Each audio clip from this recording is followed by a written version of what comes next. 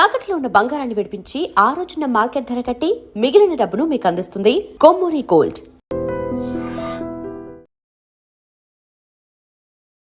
నమస్తే, నేను Kavitha. Welcome to I dream news and నిజాలు. 6వ వారం కూడా ఇరాన్ మీద అమెరికా, ఇజ్రాయెల్ దాడులు అనేవి కొనసాగుతున్నాయి. మరికొద్ది గంటల్లో అంటే బుధవారం రోజు పవర్ ప్లాంట్స్ మీద దాడి చేస్తాము, బ్రిడ్జ్ల మీద దాడి చేస్తాము అంటూ తీవ్రమైనటువంటి స్వరంతో డొనాల్డ్ ట్రంప్ ఒక మెసేజ్ని పాస్ చేశాడు. కనీసం అల్లా కోసమైనా మీరు హర్ముజ్ జలసంధిని ఓపెన్ చేయండి, లేకపోతే మీ లైఫ్ నరకం చేస్తాము అంటూ బూతులతో డొనాల్డ్ ట్రంప్ ఒక ట్వీట్ చేశారు. ఎందుకంత ఫ్రస్ట్రేషన్ కనిపిస్తోంది? ఇరాన్ ఎందుకని తగ్గట్లేదు? మనతో పాటుగా ఉన్నారు సీనియర్ జర్నలిస్ట్ సురేష్ కొచ్చత్రి గారు. సార్ నమస్తే. నమస్తే. సో 6th వీక్ ఇప్పటిదాకా చూడనటువంటి భాష, విననటువంటి లాంగ్వేజ్ డొనాల్డ్ ట్రంప్ అంతలా ఎందుకని ట్వీట్ చేస్తున్నారు? మనం ఏవైతే కొన్ని మాట్లాడడానికి మీడియా దీంట్లో హెసిటేట్ చేస్తామో వాటన్నిటిని ఎందుకు సోషల్ మీడియాలో యూజ్ చేస్తున్నారు ఆయన? అదే కదా, ఇప్పుడు ఆయన ట్వీట్ చేస్తే ట్విట్టర్ ఆపేస్తుండే. యాక్చువల్లీ ట్రూత్ సోషల్ ఆ ప్రాబ్లం లేదు ఆయనకి, అది ఆయనదే కాబట్టి సో ట్రూత్ సోషల్ చేశారు ఇది. కానీ ఒక head of state, and that particularly United States లాంటి ఇంత పవర్ఫుల్ దేశానికి head of state F words, B words use చేయడం అనేది చాలా దారుణం. వాళ్ళ దాంట్లో కూడా ఇది ఈ పోస్ట్ ట్రూత్ సోషల్ వచ్చినప్పటి నుంచి ప్రతి ఛానల్లో ఒక్కరు కూడా మంచిగా, ఈవెన్ న్యూస్ లాంటి ఛానల్ కూడా ఏం చెప్పలేకపోతున్నారు. అంటే మీరు మీ అసిస్టెంట్స్ ఎవరో, లేకుంటే మీ పార్టీ వాళ్ళ వైపు నుంచి ఉన్న మీ కాంగ్రెస్ మ్యాన్ ఎవరో చెప్తే అది ఇంకోటి. యాజ్ ఎ ప్రెసిడెంట్ మీరు ఇట్లాంటి పదాలు వాడడం అనేది చాలా కారణం. మీకు చెప్పాల్సిన ఫ్రస్ట్రేషన్ అర్థమవుతుంది అందరికీ. మీరు Hormuz, straight of Hormuz open చేయమంటున్నారు, వాళ్ళు చేయట్లేదు. సో మీరేం చేయాలి? పర్సువేషన్ ఉంటుంది, డైలాగ్ ఉంటుంది, మాట్లాడడం ఉంటుంది. దాన్ని ప్రైవేట్లో చేయాల్సి వస్తుంది. పబ్లిక్లో వచ్చి ఎందుకు చెప్పాలి? దట్ ఈస్ ట్యూస్డే రాత్రి ఈస్టర్న్ టైం 8 గంటలకు, అంటే మనకి పొద్దున 5:30కు మీ మీద bridge day, power plant day చేసేస్తాము, అన్నీ ధ్వంసం చేస్తాము. ఇప్పుడు ఇరాన్ పర్స్పెక్టివ్ ఆలోచించండి. ఇరాన్ ఏమనుకుంటారు? సరే మా మీద దాడి చేస్తున్నారు కదా, చేయండి. మేము అదే టైంలో సౌదీ అరేబియాని కొడతాం, మన ఖతార్ని కొడతాం, కువైట్ని కొడతాం, బహ్రెయిన్ని కొడతాం, మిగతా అన్ని దేశాలు ఎవరెవరు ఉన్నారు అక్కడ అందరినీ గల్ఫ్ కోఆపరేషన్ కౌన్సిల్ ఫినిష్ చేస్తారు, అబుదాబి కూడా, దుబాయ్ కూడా. ఇట్లాంటి పరిస్థితుల్లో ట్రంప్ సంగతి ఆలోచన. ట్రంప్ ఏమంటారంటే నాకు నా పని జరగాలి, విచ్ ఇస్ బేసిక్లీ, ఎందుకంటే 3 వారాల ముందు, 2 వారాల ముందు, 1 వారం ముందు కూడా ఆయన ఏమన్నారు, నాకు స్ట్రెయిట్ ఆఫ్ హార్ముజ్ సంబంధం లేదు, we have nothing to do with strait of Hormuz, మీరు కావాలంటే తీసుకోండి, this oil there, you take it అన్నారు, పండుగ చేసుకోండి అన్నారు. ఇప్పుడు సడన్గా మళ్ళీ ఆయనకి ఎందుకు స్ట్రెయిట్ ఆఫ్ హార్ముజ్ గుర్తొచ్చింది? ప్రాబ్లం అవుతాడు. ఆయన ఏమంటాడు, అమెరికా 100% ఆయిల్ మేమే, షేల్ ఆయిల్ మేము ప్రొడ్యూస్ చేస్తున్నాం, అంటే మేము డిగ్ చేసి తీసుకుంటున్నాం, మాకు ఎవరు సహాయం అక్కర్లేదు, మాకు స్ట్రెయిట్ ఆఫ్ హార్ముజ్ సంబంధమే లేదు, అక్కడి నుంచి ఆయిల్ మాకు రాదు ఇక్కడికి. దెన్ వై ఈజ్ ఈ insisting on straight of Hormuz to be open?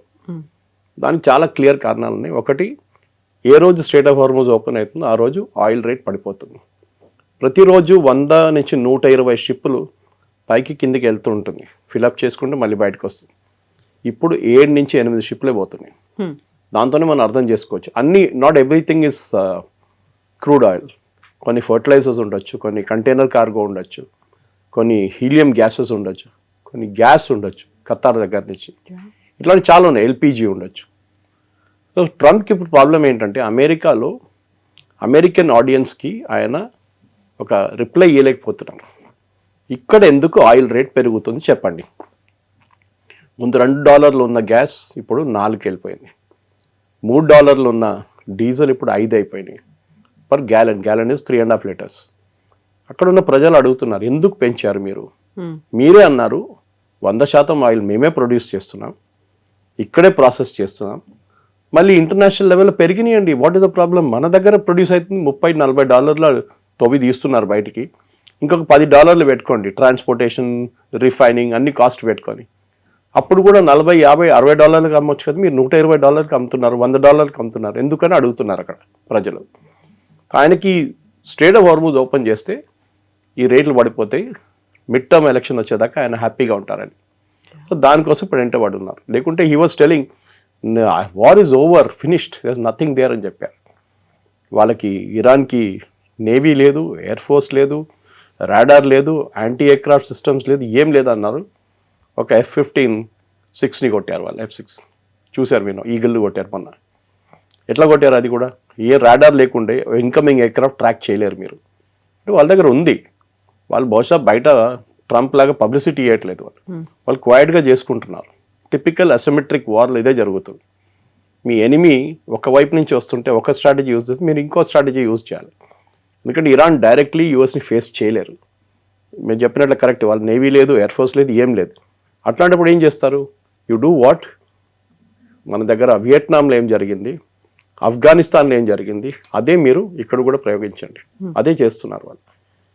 కానీ దానికి వచ్చి నేను డెడ్ లైన్ ఇస్తున్నాను ఎల్లుండి, చేయకపోతే అంతే సంగతి అని చెప్తే మోస్ట్ అన్ఫార్చునేట్. ఎందుకంటే ఒక్కసారి మీరు వాళ్ళ పవర్ ప్లాంట్స్ మీద కొట్టారో వాళ్ళ ప్రజలు మీ వ్యతిరేకంగా అయిపోతారు. అది డెఫినెట్. ఎందుకంటే ఒకరోజు కరెంట్ లేదు, 2 రోజులు లేదు, వారానికి లేకపోతే ఏం చేస్తారు? పేషెంట్స్ ఏం చేస్తారు? హాస్పిటల్లో ఇన్క్యుబేటర్స్లో ఉన్న చేస్తారు, ఐసీయూలో ఉన్న పేషెంట్స్ ఏమైపోతుంది వాళ్ళ సంగతి? ఇదేం ఆలోచించట్లేదు. ఇన్ఫ్యాక్ట్ టుడే మార్నింగ్ కవిత గారు మనం ఈ రికార్డ్ చేస్తున్న ఇవాళ పొద్దున 6వ తారీఖు ఒక MIT లాంటి ఒక యూనివర్సిటీ ఉంది తెహరాన్లో, యాజ్ ఫేమస్ యాజ్ MIT. తెహరాన్ యూనివర్సిటీలో ఉంది, ఇంజనీరింగ్ కాలేజ్ వాళ్ళది. దాని మీద దాడి చేశారు, మొత్తం కంప్లీట్లీ డిస్ట్రాయ్ చేశారు. చెప్పండి, ఒక ఇంజనీరింగ్ కాలేజ్ మీకు ఏం చేస్తుందండి డిస్ట్రాయ్ చేయడానికి? ఇప్పుడు నేను చెప్తాను దాని లాజిక్, నేను ఇప్పుడే ఒక ప్రెస్ నోట్ డీటెయిల్ రాస్తాను కాబట్టి. ఏమంటారు? ఈ ఇంజనీరింగ్ కాలేజ్లో ఉన్న ఫెసిలిటీస్ యూజ్ చేసి మిసైల్ ప్రొడక్షన్కి, డ్రోన్ ప్రొడక్షన్కి ఇంజనీరింగ్ స్టూడెంట్స్ని వాడుకున్నారు. వాళ్ళ నాలెడ్జ్, వాళ్ళ స్కిల్స్, అక్కడున్న ఎక్విప్మెంట్ వాడుకొని డ్రోన్స్ తయారు చేస్తున్నారు. దానికి కావాల్సిన బేసిక్ వర్క్ అక్కడి నుంచి స్టార్ట్ అవుతుంది. సో మేము అది డిస్ట్రాయ్ చేసేసాం. ఇది ఒక ఇల్లాజికల్ థింగ్. రేపు అమెరికాలో ఉన్న ఒరిజినల్ MIT మీద ఎవరైనా దాడి చేస్తే అప్పుడు అమెరికా ఏమంటారు? ఖండిస్తారు, అని అంటారు what is this non sense, అది ఇది అంటారు. కానీ ఇరాన్లో ఉన్న ఒక ఇంజనీరింగ్ కాలేజ్ డిస్ట్రాయ్ చేయడం అనేది, you go after revolutionary guards, ఎవ్వరు వద్దన్నట్లేదు, వాళ్ళ ఆర్మీ కానీ వాళ్ళ రెవల్యూషనరీ గార్డ్స్ కానీ. కానీ హాస్పిటల్ని కొట్టడం, MIT లాంటి ఒక వాళ్ళ ఇంజనీరింగ్ కాలేజ్ని కొట్టడం, ఇది అబ్సల్యూట్లీ నో లాజిక్ అన్నమాట. మనం చూస్తున్నాం, మొన్న కూడా రెస్క్యూ అటెంప్ట్ జరిగినప్పుడు CIA వాళ్ళు ఒక మిస్ఇన్ఫర్మేషన్ క్యాంపెయిన్ నడిపించారు. నేను దాని గురించి ఒక ఛానల్ చెప్పాను కూడా, ఇదే జరుగుతుంది. CIA అని చెప్పలేదు నేను, కానీ అమెరికా ఏమంటారు, టిపికల్ రెస్క్యూ అటెంప్ట్ కన్నా ముందు మా దగ్గర ఆల్రెడీ వచ్చేసాడు క్యాండిడేట్, మా దగ్గర మా కస్టడీలో ఉన్నాడు, మీరు ఇంకా దేవులాడక్కర్లేదు, మీరు వెళ్ళిపోండి అందరు అంటారు. అదే జరిగింది. ఇరానియన్స్ విడ్రూ థింకింగ్ ఆల్రెడీ వీళ్ళు తీసుకెళ్ళిపోయారు. తర్వాత వాళ్ళు ఎయిర్క్రాఫ్ట్, హెలికాప్టర్స్ అని చూసినప్పుడు మళ్ళీ తిరిగి వచ్చారు వాళ్ళు. అక్కడే ఒక పెద్ద ఫైర్ ఫైట్ జరిగింది, మనకు తెలిసింది అది. దాంట్లో ఒక ట్రాన్స్పోర్ట్ ఎయిర్క్రాఫ్ట్ వీళ్ళు ఒక రఫ్ రన్వేలో దింపారు, చిన్న ట్రాన్స్పోర్ట్ ఎయిర్క్రాఫ్ట్. దాంట్లో పాసిబుల్లీ నేవీ సీల్స్ వాళ్ళు వచ్చారు. కానీ ఆ ట్రాన్స్పోర్ట్ ఎయిర్క్రాఫ్ట్ అక్కడున్న ఇసుకలో, శాండ్లో ఉనిపోయింది అనమాట. దాని తర్వాత దాన్ని టేక్ ఆఫ్ చేయలేకపోయారు. సో ఇదంతా అయిన తర్వాత వీళ్ళందరూ రెస్క్యూ చేసి హెలికాప్టర్ తీసుకెళ్ళిపోయిందా, వాళ్ళు ఇంకో జెట్ పంపించి దీన్ని బాంబ్ చేశారు. అదే ఇప్పుడు ఇరానియన్ స్టేట్ మీడియాలో చూపిస్తున్నారు విజువల్స్. $100 million. వాళ్ళకేం కాదు అది. ఇప్పుడు నా దగ్గర ఒక గెస్ట్ ఇవాళ అడిగారు పొద్దున, సురేష్ గారు ఒక్క జీవితం కోసం ఇంత ఖర్చు పెట్టాలనా అమెరికా అని అడిగారు. నేను చెప్పాను, వాళ్ళ దాంట్లో it is not the money, it's a prestige. రేపు ఈ ఇరాన్ చేతిలో వీడు దొరికింది అనుకోండి, ఇప్పుడు దొరకలేదు, ఆ specialist, arms specialist, what ever they call him, is not a pilot, ఆయన కర్నల్ ర్యాంక్, అది కూడా దొరికితే వాళ్ళు సరే పరేడ్ చేసుకుంటారు. వాళ్ళు ప్రతి టెలివిజన్ ఛానల్లో, ప్రతి దాంట్లో లోకంలో అందరికీ ఈయన ముఖం చూపిస్తారు, ఈయన వీడియో చూపిస్తారు. దాంతో అమెరికా దగ్గర ఉన్న పరువు మొత్తం పోతుంది. That such a powerful nation could not protect your own airmen అని. ఇప్పుడు మనం ప్యారలల్స్ డ్రా చేయాలంటే మన దగ్గర ఆపరేషన్ సింధు టైంలో అభినందన్ని ఎజెక్ట్ చేయాల్సి వచ్చింది పాకిస్తాన్లో, MiG-21. మనం ఏం చేసాం, మన దగ్గర కూడా అట్లాంటి రెస్క్యూ అటెంప్ట్ మనం ఆ టైంలో చేయలేము, చాలా రిస్కీ. ఇది కూడా చూడండి ఎంతమంది, ఆల్మోస్ట్ 100 మంది దాకా పార్టిసిపేట్ చేశారంట ఈ రెస్క్యూలో, ఇంక్లూడింగ్ నేవీ సీల్స్. ఒక 12 ఎయిర్క్రాఫ్ట్ పార్టిసిపేట్ చేశారంట. కానీ మనం ఏం చేసాం, ప్రెషర్ పెట్టాం పాకిస్తాన్ మీద. మీకు గుర్తుంటుంది, పాకిస్తాన్ అసెంబ్లీలో, నేషనల్ అసెంబ్లీలో వాళ్ళ ఫారిన్ మినిస్టర్ మాట్లాడుతున్నారు, మా ఆర్మీ చీఫ్ వచ్చి మా ప్రధానమంత్రిని బ్రీఫ్ చేశారు, అభినందన్ని నెక్స్ట్ 24 అవర్స్లో ఇండియాకి పంపించకపోతే ఇండియా వైపు నుంచి అన్ని మిసైల్స్ మా వైపు టర్న్ చేసి పెట్టారు, వాళ్ళు కొట్టేస్తారు మోదీ గారు అని చెప్పారంట. అండ్ ఈ made a statement, is his legs were shaking అన్నారు పాకిస్తాన్ ఆర్మీ చీఫ్ది. అప్పుడు విత్ ఇన్ 24 అవర్స్ రిటర్న్ చేశారు. దానికన్నా ముందు నచికేత మీకు గుర్తుంటుంది, during Kargil war same situation. అన్నిటికంటే డేంజరస్ ఏంటంటే మీ ఎనిమీస్లో మీ దొరకపోతే ఈవెన్ అభినందన్ని కొట్టారు వాళ్ళు, మొత్తం ఫోర్స్ అంతా బ్లడ్ ఉండే ఆయనది. కానీ ఈ పరిస్థితుల్లో దిస్ పర్టికులర్ టెక్స్ట్ బుక్ ఏం చెప్తారు, ఒక రిట్రీవల్ జరిగింది, అప్రిషియేట్ చేయాల్సింది అది, నో డౌట్. బట్ ట్రంప్ ఏంటి, ట్రంప్ రోల్ ఏంటి? ఆయన చెప్పుకుంటూ చూస్తే ఆర్మీ వైపు నుంచి ఇవ్వాలి దాకా కవిత గారు సెంట్కామ్ నుంచి ఒక స్టేట్మెంట్ రాలేదు, సెంట్రల్ కమాండ్ నుంచి నథింగ్. ఆఫీసర్ పేరు చెప్పక్కర్లేదు. ఆయన సీరియస్లీ ఇంజర్డ్ అంటున్నాడు Trump, but he'll be okay అంటున్నారు. అసలు ఏంటి, ఏం జరిగింది అసలు మనకు తెలియదు. బట్ ఓకే, అది మీ ప్రాబ్లం, మీరు సార్ట్అవుట్ చేసుకోండి. కానీ డెడ్ లైన్ ఇవ్వడం ఏంటి, అదే అర్థం కావట్లేదు. ఇది జరిగితే I think the entire Gulf will go up in flames. Qatar already వాళ్ళ గ్యాస్ ప్రొడక్షన్ ఆపేశారు, మన సౌదీ అరేబియా ప్రొడక్షన్ కట్ చేసేసారు, కువైత్ రిఫైనరీ మీద డైలీ దాడి జరుగుతుంది, బహ్రెయిన్లో ఉన్న రిఫైనరీ అంతే సంగతి, ఫుజరాలో ఉన్న వాళ్ళ ఆయిల్ డిపో మీద అక్కడ కొట్టారు, సౌదీ అరేబియాలో ఉన్న వాళ్ళ రిఫైనరీ మీద కొట్టారు. ఇటు వైపు మీరు చూస్తే సౌదీ అయిపోయింది, బహ్రెయిన్ అయిపోయింది, ఖత్తర్ గ్యాస్ ఫీల్డ్స్ మీద ఇరాన్ దాడి చేశారు. So everywhere it is a mess. ఇది సార్ట్అవుట్ చేసి మీకు రావడానికి, మీకు నార్మల్ కాస్ట్లో మీకు ప్రొడక్షన్ కాస్ట్ రావాలంటే ట్రంప్ స్టేట్ ఆఫ్ హోర్ముజ్ తెరిచి నో యూస్. ఎందుకంటే ప్రొడక్షన్ లేదు, ప్రొడక్షన్ ఉంటే కదా ఆయిల్ ఫిల్ చేసేది. ప్రొడక్షన్ లేనప్పుడు ఏం చేస్తారు? వీళ్ళ రిఫైనరీ కొట్టారు, వాళ్ళ రిఫైనరీ కొట్టారు, ఎవరు రిఫైన్ చేస్తారు? ఇండియాకి తీసుకొస్తారా? రిలయన్స్కి తీసుకొచ్చి రిలయన్స్ వాళ్ళకి ఇస్తారా జామ్నగర్లో? ఇదే అర్థం కావట్లేదు. సో టుడే ప్రెసిడెంట్ ట్రంప్ దాని నుంచి బయటపడడానికి చాలా డెస్పరేట్గా ట్రై చేస్తున్నారు. పాసిబ్లీ ఆమె అనుకుంటున్నాడు అంటే నేను ఈ ఒక బ్లాక్మెయిల్ ఇచ్చేసి స్ట్రేట్ ఆఫ్ హార్మూజ్ ఓపెన్ చేసి అయిపోయింది యుద్ధం, నేను వెళ్ళిపోతున్నాను ఇంటికి అని చెప్పి వెళ్ళిపోతారు. That is what is trying to do now. ఇప్పుడు పవర్ ప్లాంట్లని వదిలిపెట్టము, బ్రిడ్జిలని వదిలిపెట్టము, జస్ట్ మీరు హార్మూజ్ జలసంధిని మాత్రం ఓపెన్ చెయ్యండి. గాడ్ నేమ్ తీసుకున్నాడు అక్కడ, అదర్వైజ్ మీరంతా నరకం హెల్లో ఉన్న పరిస్థితి అక్కడ క్రియేట్ అవుతుంది అనేది ఇంత తీవ్ర స్థాయిలో హెచ్చరికలు చేస్తున్నప్పుడు ఇరాన్ మాత్రం అంతే స్ట్రాంగ్గా చెప్తోంది. అందులో వాళ్ళ ఆర్మీ చీఫ్ కూడా ఈరోజు చనిపోయాడు అనేటువంటి న్యూస్ అనేది వస్తున్నప్పుడు ఎక్కడికి వెళ్తోంది అనుకున్నప్పుడు మళ్ళీ ఇంకొక న్యూస్ 45 days సీజ్ ఫైర్ కోసం ప్రయత్నాలు అనేవి జరుగుతున్నాయి అనే మాట. వాళ్ళ ఐఆర్జీసీ ఇంటెలిజెన్స్ చీఫ్ చనిపోయారు వాళ్ళు పొద్దున, అది అంగీకరించారు వాళ్ళు. కానీ ప్రాబ్లం ఎక్కడ వస్తుందంటే కవిత గారు, ఈ 45 రోజుల సీజ్ ఫైర్ కాదు, లాంగ్ టర్మ్ సొల్యూషన్ కావాల్సి వస్తుంది.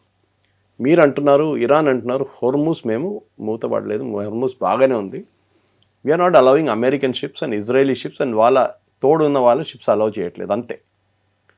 ఎవ్రీవేర్ చైనీస్ షిప్స్ పోతున్నాయి, ఇండియన్ షిప్స్ పోతున్నాయి, పాకిస్తానీ పోతే ఈవెన్ ఇండోనేషియన్ షిప్స్ మొదలైనవి. ఇప్పుడు వాళ్ళ షిప్స్ వెళ్తున్నాయి, ప్రాబ్లం లేదు. కానీ ద మెయిన్ ప్రాబ్లమ్ ఈజ్ అమెరికాకి అమెరికన్ షిప్స్ అనేది లేదు ఎక్కువ. కానీ లైబీరియన్ ఫ్లాగ్ ఉండొచ్చు, ఎవరైనా ఉండొచ్చు, దాన్ని ఇరాన్ పోనీయట్లేదు. సో అక్కడే ప్రాబ్లం వస్తుంది. ఎందుకంటే వీళ్ళు ఒక కోడ్ పెట్టుకున్నారు ఇరాన్, వాళ్ళ వైపు నుంచి మీరు పర్మిషన్ తీసుకోవాలంటే ఒక కోడ్ ఇస్తారు వాళ్ళు. ఆ కోడ్ ఈ ship has to give every time the pass through Hormuz. ఇప్పుడు నిన్న మొన్న కూడా 2 న్యూస్ ఐటమ్స్ వచ్చాయి. Oman and Iran strait of హార్మూజ్ని ఎట్లా కంట్రోల్ చేయాలని మాట్లాడుతున్నారంట. ఎందుకంటే ఈ స్ట్రేట్ ఆఫ్ హార్మూజ్ అనేది పర్షియన్ గల్ఫ్ నుంచి స్టార్ట్ అయ్యి కిందకు వచ్చి దుబాయ్ దగ్గర ఇట్లా తిరుగుతుంది, అది takes a U turn like thing and then strait of Hormuz start అవుతుంది. ఆ పాయింట్లో 2 దేశాలకు ఉన్న టెరిటోరియల్ వాటర్స్ అది. మన దగ్గర కూడా మన దేశం నుంచి 35-40 కిలోమీటర్ దాకా మనకు ఒక టెరిటోరియల్ రైట్స్ ఉంటుంది, మనకి ఎకనామిక్ జోన్ మనది అది. అక్కడ మిగతా దేశాల నుంచి వచ్చి ఎవరైనా ఫిషింగ్ చేయకూడదు, అన్ని రూల్స్ ఉంటుంది అట్లాంటిది. ఇరాన్ ఎప్పుడు అంటున్నారు, మా వైపు నుంచి వెళ్తున్న షిప్లు మా నీళ్ళ నుంచి వెళ్తుంది, going through my economic waters, next is Oman. So మేము దాని మీద టోల్ పెట్టినా లేకుంటే ఆపేసినా మీకు ప్రాబ్లం ఏంటి? It is not a free flowing river, అది వాళ్ళ లాజిక్ అన్నమాట. కానీ ఇన్ని రోజులు చేయకుండా సడన్గా చేస్తే ఎవరైనా అడుగుతారు ఎందుకు చేస్తున్నారు అనేది. ఇరాన్ ప్రాబ్లం ఏంటంటే వాళ్ళకి దగ్గర ఉన్న ఒకటే ట్రంప్ కార్డ్ ఇది. ఈ ట్రంప్ కార్డ్ వాళ్ళ చేతి నుంచి పోయింది అనుకోండి, ట్రంప్ మళ్ళీ ఆడుకుంటారు వాళ్ళతో. So they have to retain హార్మోస్, ఇది వాళ్ళ స్ట్రాటజీ అట్ ఎనీ కాస్ట్. ఇప్పుడు మీరు రేపు ఏమైనా చేస్తే కూడా యుఎస్ వచ్చి దాడి చేశారనుకోండి వాళ్ళ మీద, కర్గ్ ఐలాండ్ మీద మేము ఆక్యుపై చేస్తూ అంటున్నారు. వీళ్ళ స్ట్రాటజీ యుఎస్ ఒక స్ట్రాటజీ ఉండొచ్చు. ఇన్ఫ్యాక్ట్ టుడే మార్నింగ్ చాలామంది 4-star రిటైర్డ్ జనరల్స్ మాట్లాడుతున్నారు, ఇటువైపు బాంబింగ్ చేసినప్పుడు, ఇరాన్ మెయిన్ లైన్ మీద బాంబింగ్ చేసినప్పుడు కర్గ్ ఐలాండ్ వైపు వీళ్ళు ఈ ఫ్లోటిలా పంపిస్తారు, ల్యాండింగ్ షిప్స్ని పంపిస్తారు. ఇరాన్ ఇక్కడ బిజీ ఉంటారు, వాళ్ళు ఎట్లా ఆడుకోవాలి, వీళ్ళని ఎట్లా ఆడుకోవాలి. ఈవెన్ టుడే వాళ్ళు 16 ప్లేసెస్లో బాంబింగ్ జరిగింది, ఆలోచించండి. సో ఆ రోజు ఎంత ఉంటుంది, 2 ఇట్ విల్ రెయిన్ లైక్ హెల్ అన్నారు. ఆ స్పెల్లింగ్ కూడా తప్పు చెప్పాడు ట్రంప్, REIGN అని కొట్టాడు. నేను దాన్ని కరెక్ట్ చేశాను, తర్వాత చెప్పాను. రెయిన్ అంటే ఒక రాజ్యం, how long you rule, it's not rain. Rain అంటే వర్షం పడేట్లా. ఎనీవే, సో ఈ రెయిన్ ఆఫ్ హెల్ ఉంటుంది కదా చూడండి, అది ఇరాన్ మీద పడుతుంది. ఇరాన్ ఇమ్మీడియట్లీ ఏం చేస్తారు, ఎక్కడ పోయినా అక్కడ ఫైర్ చేసేస్తారు వాళ్ళు, ఎవరైనా కానివ్వండి. So they will fire at Kuwait, they will fire at Qatar, అందరి మీద పోతుంది. మార్క్ మై వర్డ్స్ కవిత గారు, నెక్స్ట్ 10 సంవత్సరాల దాకా వీళ్ళ ఎకానమీ మొత్తం ధ్వంసం అయిపోతుంది. అందరిది ఆల్రెడీ అయింది. ఇప్పుడు ఖతర్ అన్నారు కదా, నెక్స్ట్ 5 years పడుతుంది మాకు రెగ్యులర్ ఎకనామిక్ యాక్టివిటీకి రావడానికి. దుబాయ్ కూడా అంతే సంగతి, టూరిజం డెస్టినేషన్ అక్కడ. కువైత్ అయితే మా రిఫైనరీ పోయిందన్నారు వాళ్ళు. బహ్రెయిన్ కూడా అంతే, బహ్రెయిన్ మీద డైలీ దాడి చేస్తున్నారు. ఇరాన్ లాజిక్ ఏంటంటే, వాళ్ళు అంటున్నారు మేము మీ దేశం మీద దాడి చేయట్లేదు. Hello Bahrain, we're not attacking you, మేము మీ దగ్గర ఉన్న అమెరికన్ అసెట్స్ని కొడుతున్నాం. అమెరికన్ అసెట్స్ ఏముంది మీ దగ్గర, ఒక ఎయిర్ ఫీల్డ్ ఉంది, లేకుంటే వాళ్ళ కంపెనీ ఉంది. సో ఆరకిల్ని కొట్టాం, అమెజాన్ వెబ్ సర్వీస్ని కొట్టాం, మిగతా వాళ్ళని కూడా మేము కొడతాం.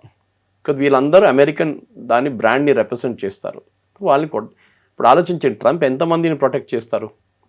మీరు ఎయిర్ ఫోర్స్ బేస్ని ప్రొటెక్ట్ చేసుకుంటారా, అమెజాన్ వెబ్ సర్వీస్ చూస్తారా, లేకుంటే ఆరకిల్ చూసుకుంటారా, లేకుంటే మైక్రోసాఫ్ట్ క్యాంపస్ ప్రొటెక్ట్ చేస్తారా? ఏం చేస్తారు మీరు? ఒక లిమిట్ ఉంటుంది. ఇది ట్రంప్కి ఇప్పుడున్న అన్నిటికంటే పెద్ద ఇష్యూ. ఎందుకంటే at local level, domestic level ఆయన రేటింగ్స్ చాలా పడిపోయినాయి, 32 దాకా వచ్చినాయి. మాగా వాళ్ళు ఒక్కరే ఉన్నారు ఇప్పుడు ట్రంప్తోని, మిగతా అందరూ పారిపోయారు అక్కడి నుంచి. సో ట్రంప్ నోస్, ఆయనకు తెలిసిపోయింది చాలా క్లియర్గా. ఆ ఫ్రస్ట్రేషన్ ఆ లాంగ్వేజ్లో చూపిస్తుంది. ముందు మనం చెప్పాను చూడండి, ఒక రాష్ట్రపతి ఎప్పుడు చేయనికూడదు చేశారు ఆయన ఆ లాంగ్వేజ్తోని. Now you cannot take it back. ఒకసారి అయిపోయింది అంతే సంగతి. ఈ పరిస్థితుల్లో నెక్స్ట్ 48 hours చాలా క్రూషియల్గా ఉండబోతుంది. 48 కూడా లేదనుకోండి, ఇప్పుడు ఒక 12 గంటలు తీసేస్తే 36 గంటలు చాలా క్రూషియల్గా ఉండబోతుంది. ఏం జరుగుతుంది? ఎందుకంటే ఈ పర్టికులర్ ట్రంప్కి తెలిసిన మటుకు కవిత గారు, హీ విల్ పోస్ట్పోన్ ఇట్ 100%.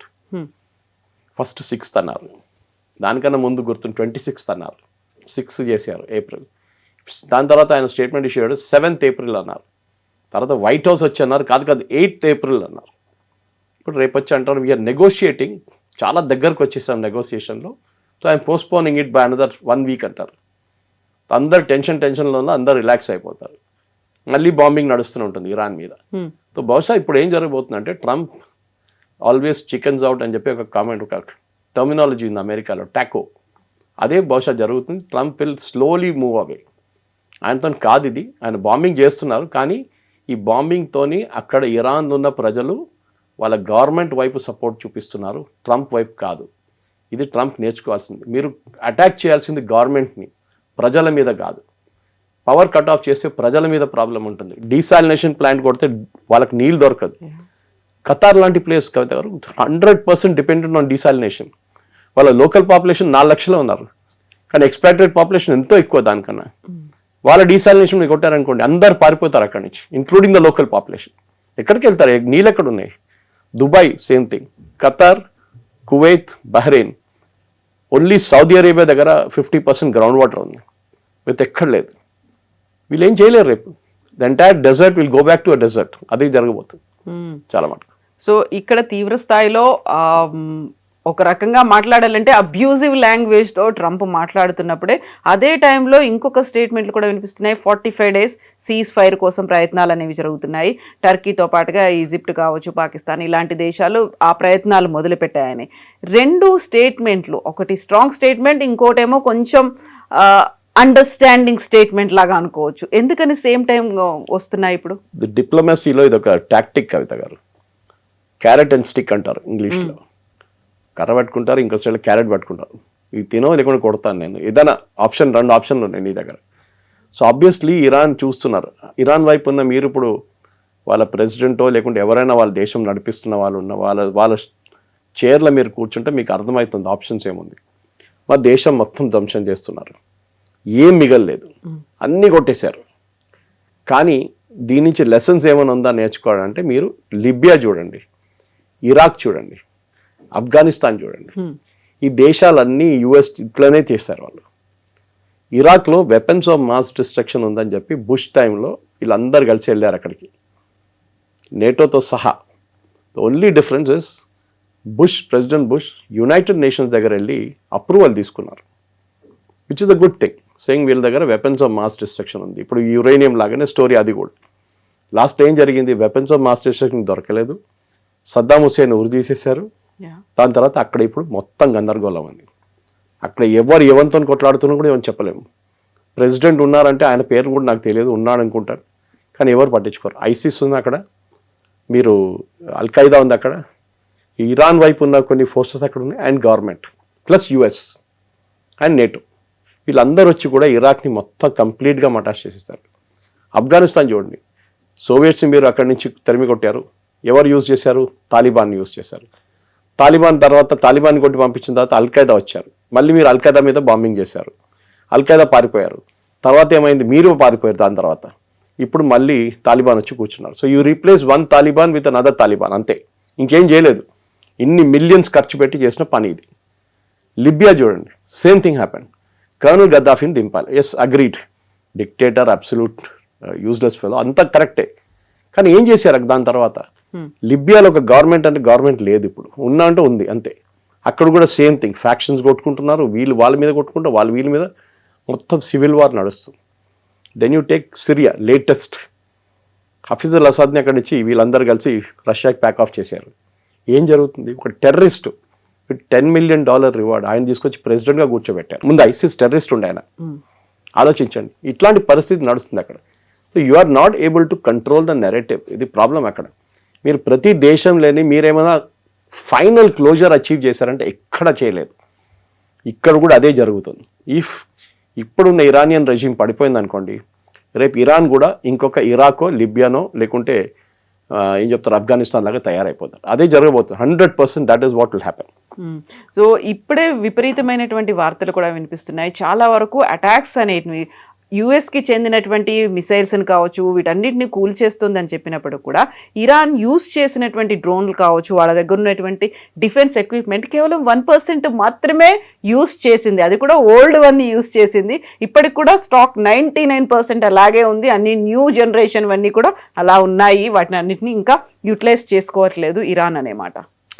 ఇది ఇంగ్లీష్లో గేమ్ ఆఫ్ బ్లఫ్ అంటారు. మనం ప్యాక్ ఆడుతున్నప్పుడు మన దగ్గర ట్రంప్ కార్డ్ లేన కానీ మనం ఎట్లా యాక్ట్ చేస్తామంటే, మన దగ్గర ట్రంప్ కార్డ్ ఉంది, మీరు అందరు పోయారు, నేను ఆ ట్రంప్ వేసేస్తే షో ఆఫ్ చేసుకుంటా. సో ఇదే జరుగుతుంది ఇప్పుడు కూడా. ఇరాన్ దగ్గర నుంచి కూడా అంతే. ఇరాన్కి తెలుసు వాళ్ళ దగ్గర ఇంత ఆయుధాలు లేవు, కానీ దే కెన్ ఆల్వేస్ బ్లఫ్. ఎందుకంటే ఈ F-15ని కొట్టినప్పుడు, ఈగిల్ని కొట్టినప్పుడు వాళ్ళు హ్యాండ్ హెల్డ్ మిసైల్ యూజ్ చేశారు ఒకటి. That is what the latest investigation is showing. US ఏమనుకున్నారంటే వీరి దగ్గర లేదనుకున్నారు. దీన్ని స్టింగర్ అంటారు. మీరు ఏం చేస్తారంటే ఆఫ్ఘనిస్తాన్ నుంచి పారిపోయినప్పుడు ఈ స్టింగర్లను అక్కడ పెట్టేసి పారిపోయారు యుఎస్. దాని ధ్వంసం కూడా చేయలేదు, అంత టైం కూడా లేకుండే వాళ్ళ దగ్గర. తర్వాత తాలిబాన్ చేతిలో పడ్డది అది. తాలిబాన్ కొన్ని ఉంచుకున్నారు, చాలా అమ్మేశారు. Possibly some of them have reached Iran. ఈ స్టింగర్ మిసైల్ అడ్వాంటేజ్ ఏంటంటే అది హీట్ సీకింగ్ మిసైల్. మీరు ఒక ఎయిర్క్రాఫ్ట్లో బ్యాక్ బర్నర్ ఉంటుంది, ఇంజిన్ది, చాలా హీట్ జనరేట్ చేస్తుంది. అది టేక్ ఆఫ్ చేసినప్పటి నుంచి దట్ బర్న్ అవుతున్నాడు, మీకు అనిపిస్తుంది. This heat missile will go after that heat. దానికోసం ఎయిర్క్రాఫ్ట్ ఎప్పుడైనా ఫైటర్ ఎయిర్క్రాఫ్ట్ ఏం చేస్తారంటే ఫ్లేర్స్ పంపిస్తారు సైడ్కి ఇట్లా. దట్ ఈస్ జస్ట్ డైవర్ట్ అనమాట, ఏదైనా మిసైల్ వస్తుంది అట్లా వెళ్ళిపోతుందని. కానీ ఈ కేసులో కరెక్ట్ అది వెళ్ళి కొట్టింది దాన్ని. సో అఫ్కోర్స్ F-15 F-35కి సంబంధమే అసలు world of difference. F-35 is a stealth bomber, versus F-15 పాత టెక్నాలజీ, దాన్ని అప్గ్రేడ్ చేసి వచ్చారు. ఇనీషియల్ డేస్లో నా అంచనా ప్రకారం ఇట్ వాస్ $35 million, తర్వాత అప్గ్రేడ్ 60 అయింది. ఇప్పుడు they are saying now latest one with all the upgrades is around $100 million. మన పాకిస్తాన్ F-16 కూడా వీళ్ళు F-15 F-16 అప్గ్రేడ్ చేస్తున్నారు యూఎస్ ఇప్పుడు, ఎందుకంటే వాళ్ళకి బిజినెస్ అది. సో ఈ F-15ని మీరు కొట్టారని చెప్పి వాళ్ళు పండుగ చేసుకుంటే ఇరాన్. F-35ని కొట్టాం ఫస్ట్ వాళ్ళు చెప్పారు. A-10 వార్థాగ్ని they hit it over strait of Hormuz, అది కూడా క్రాష్ అయింది, పైలట్ ఎజెక్టెడ్ ఫ్రమ్ దాట్. కానీ ఇదన్నీ చూస్తే మీరు చెప్పినట్లు కరెక్టే, ఇరాన్ దగ్గర ఏం లేదు, ఇరాన్ దగ్గర ఆయుధాలు లేదనుకున్న అమెరికా ఇంత పెద్ద boast that they are finished, that nothing they have అని చెప్పాను. ఇది ట్రంప్ ది టిపికల్ ఒక ఏం చెప్తారు, ఒక గేమ్ ఆఫ్ బ్లఫ్ అనమాట ట్రంప్ది.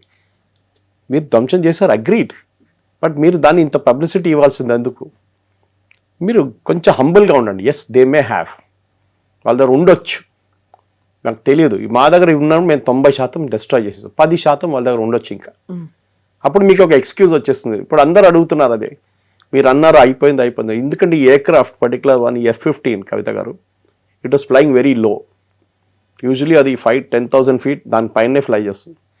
ఇది 3,000 feet నుంచి ఫ్లై చేస్తుందంట. Obviously it was looking for something in the ground.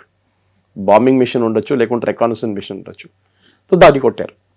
అదే ఎయిర్క్రాఫ్ట్ 10,000 feet ఉంటే మీరు కొట్టలేరు. హీట్ సీకింగ్ మిసైల్ కాదు, దేనికి చాలా డిఫికల్ట్ ఉంటుంది.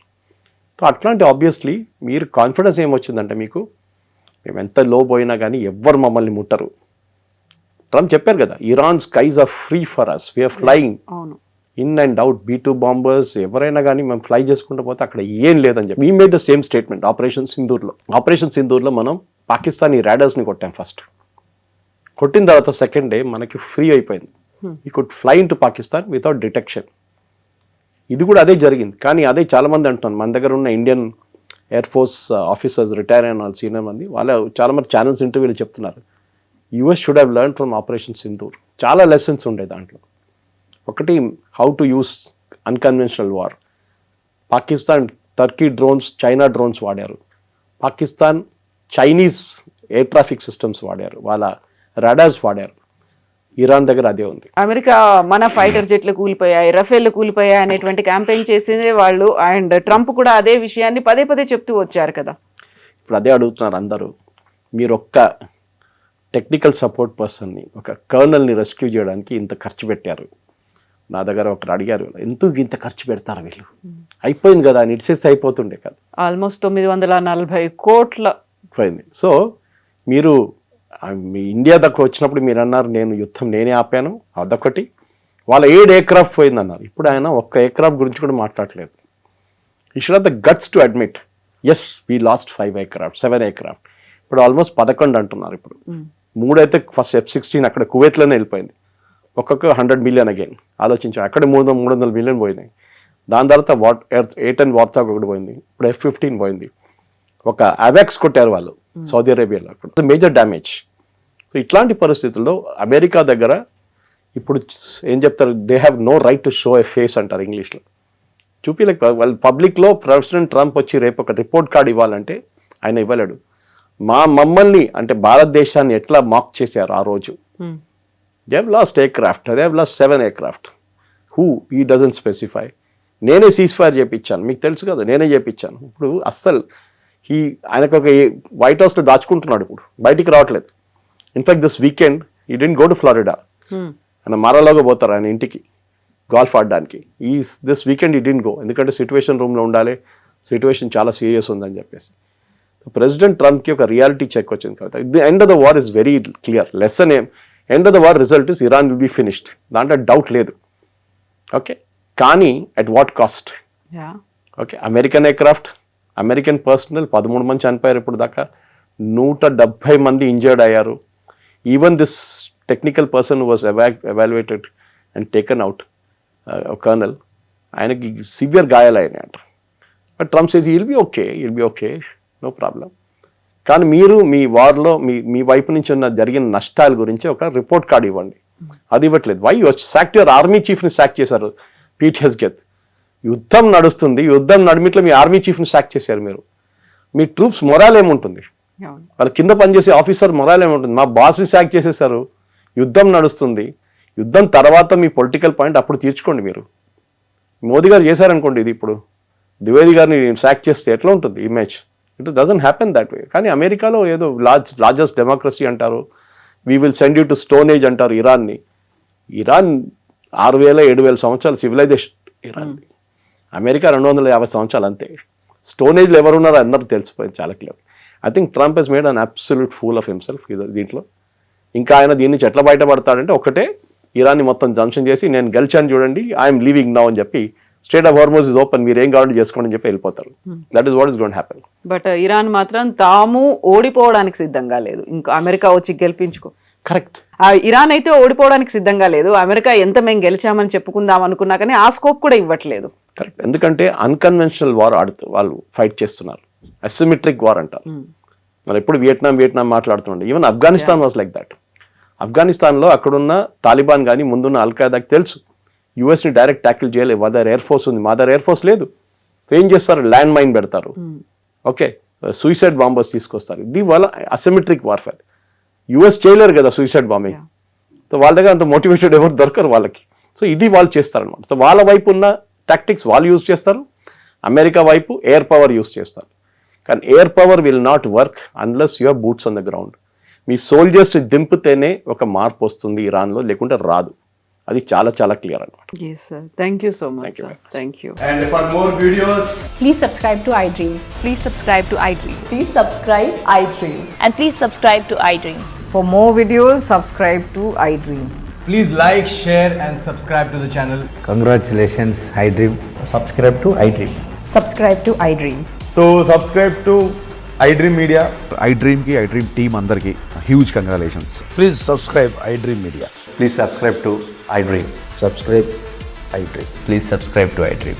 iDream అంటే నా కళల ఛానల్ను సబ్స్క్రైబ్ చేసుకున్న నోరు తిరుగుతలేదు, మీరైతే గంట గుర్తు కొట్టండి. For more such videos, please subscribe to iDream.